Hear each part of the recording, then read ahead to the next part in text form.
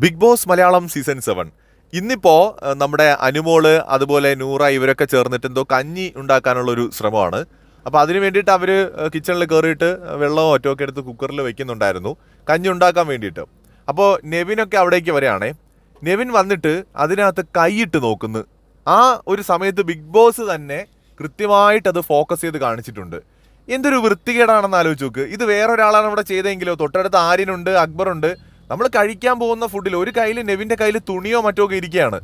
ആ കൈ വാഷ് ചെയ്തിട്ടല്ല ഇതിനകത്തിട്ട് നോക്കുന്നത്. വേറെ എന്തോ ജോലി ചെയ്തുകൊണ്ടിരുന്ന മനുഷ്യൻ കിച്ചണിലോട്ട് വന്നിട്ട് ഇവർ കുക്ക് ചെയ്യാനായിട്ട് അടുപ്പിൽ വെച്ചിരുന്ന സാധനത്തിനകത്ത് കൈയിട്ട് നോക്കുന്നു. ഒന്ന് ആലോചിച്ച് നോക്കണം. കഴിഞ്ഞ സീസണിലൊക്കെ ആ ജാസ്മിനെ ഒക്കെ ഇതിനേക്കാൾ ചെറിയ ചെറിയ കാര്യങ്ങളുടെ പേരിലാണ് എന്തെല്ലാം പറഞ്ഞു കൂട്ടിയെന്ന് നമുക്കറിയാം. ബാത്റൂമിൽ പോയിട്ട് വാഷ്റൂമിൽ പോയിട്ട് കുളിച്ചിട്ടോ അല്ലാതെയോ നമുക്കറിയില്ല. വാഷ്റൂമിൽ പോയിട്ടാണ് വരുന്നത്. കയ്യിൽ തുണികൾ ഉണ്ടായിരുന്നു. ആ കൈ കൊണ്ടാണ് പുള്ളി വന്ന് കഴിക്കാനുള്ള ഭക്ഷണം കുക്ക് ചെയ്യാൻ വേണ്ടി വെച്ചതിനകത്ത് കൈയിട്ട് നോക്കുന്നത്. ഒന്ന് ആലോചിച്ച് നോക്കണം. അത്രയ്ക്കുണ്ട് ഇവരുടെയൊക്കെ വൃത്തി എന്ന് പറയുന്നത്.